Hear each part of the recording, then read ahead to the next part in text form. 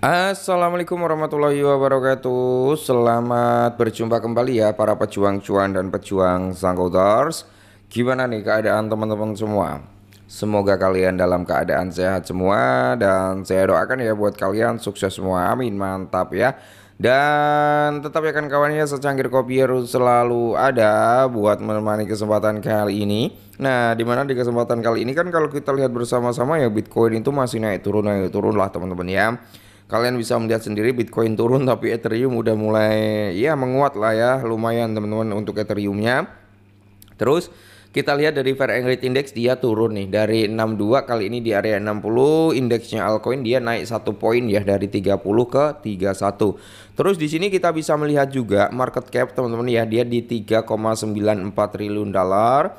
Nah, terus kita lihat juga dari dominasi Bitcoin. Oke. Bitcoin dominance dari 60% ya, kini di area 59,8%, Ethereum dari 12% something, kali ini di area 13% something. Berarti ada penurunan dari Bitcoin dominance, ada kenaikan daripada dominasinya Ethereum. Makanya Ethereum walaupun Bitcoin koreksi dia tetap kuat kan ya. Karena dominasinya saat ini udah sedikit lari ke Ethereum. Nah, terus secara overall di sini market teman-teman itu dalam kondisi meronta-ronta alias merona-rona bukan. Nah, dimana kalau kita lihat juga teman-teman ya, seperti dari sektornya meme coin ini kan rata-rata dia mengalami koreksi semua, ya kan? Mengalami koreksi lumayan signifikan, tinggi-tinggi teman-teman ya.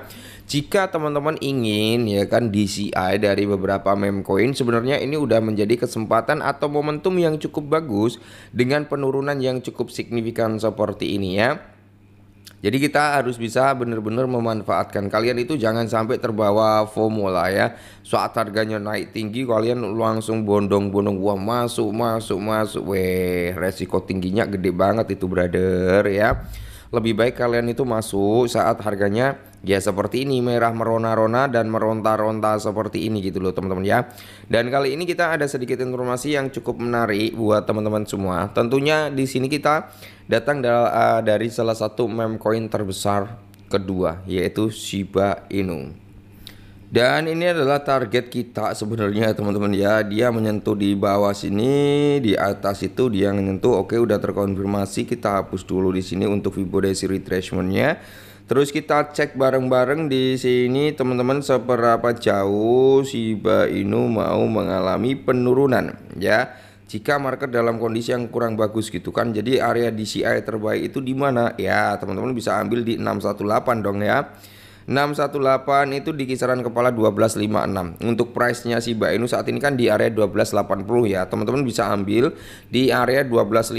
Ini kita lihat dari time frame 4 jam di mana di sini juga ada area resistennya, ada area rally base rally-nya juga. Jadi cukup bagus nih sebenarnya untuk melakukan DCA di zona golden ratio-nya dia yaitu 618 ini ya golden ratio-nya, yaitu di price harga sini ya. Kisaran harga 1255 teman-teman ya. Nah, kalau kita taikkan time frame-nya dia ke daily gitu teman-teman ya. Kita naikkan time frame-nya dia ke daily dulu, kita cek bareng-bareng ya. Sebenarnya pergerakan daripada Shiba Inu ini masih trennya bearish, bro. Ya, kenapa? Karena kalau kita lihat dari time frame yang agak gede ya kan. Di sini MA50 sama MA200 ya. Jadi pergerakan MA50 dia itu di bawah MA200. Semoga saja bro di sini terjadi segera persilangan atau yang namanya golden cross ya.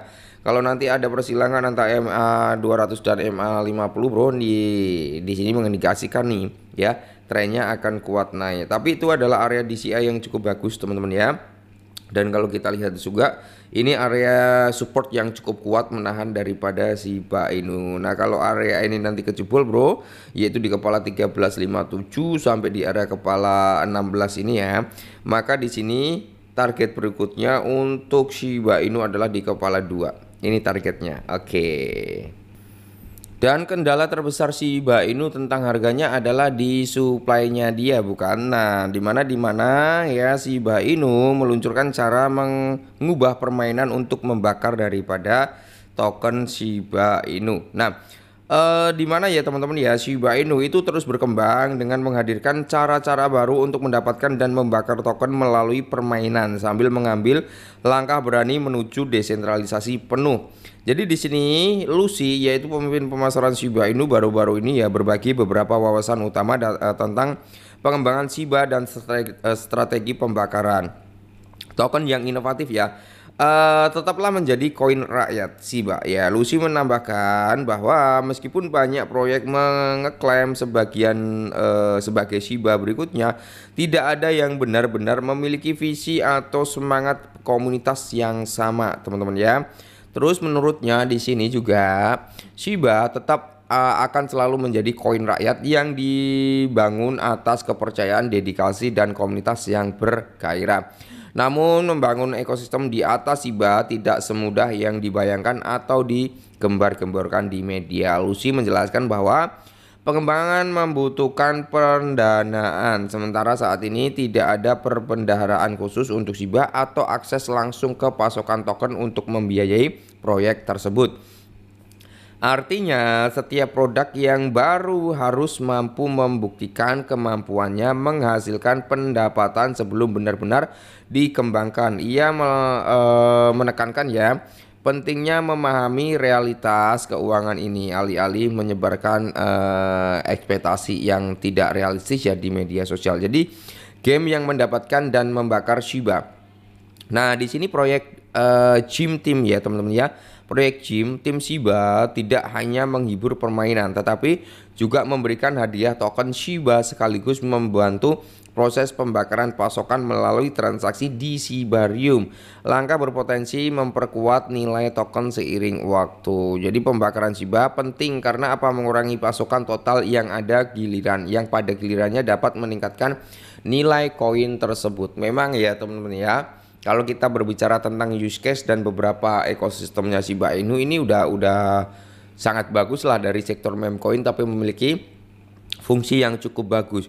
Cuman kan kendala terbesar daripada Shiba Inu yaitu tadi di supply-nya. Makanya di sini tim memutar balik otaknya ya untuk bagaimana nih caranya biar supply-nya juga cepat habis. Dan di sini analis juga melihat potensi terobosan di mana kalau kita lihat analis Java itu menyebutkan bahwa setelah divergensi yang dikonfirmasi awal tahun ini, Shiba berpotensi siap untuk pergerakan besar. Ia memperkirakan harga bisa melonjak lebih dari 156% hingga mencapai di kepala 32. Waktunya untuk TP kalau Shiba Inu udah menyentuh di kepala 32. Dan di sini Shiba Inu mendekati desentralisasi penuh. Satoshi Kusama, salah satu pengembang utama proyek Shiba baru-baru ini, mengungkapkan bahwa memasuki tahun kelima, Shiba Inu semakin dekat dengan desentralisasi penuh dalam waktu dekat. Pemilihan komunitas akan diadakan untuk menentukan presiden sementara dan Dewan DAO yang akan memandu fase selanjutnya. Shiba presiden ini akan memimpin struktur multi DAO proyek ini serta membantu mengelola ekosistem yang lebih luas, memandai langkah penting menuju tata kelola yang sepenuhnya dipimpin oleh komunitas. Mungkinkah Satoshi Kusama akan meninggalkan sama kayak si Ryoshi? Bisa saja.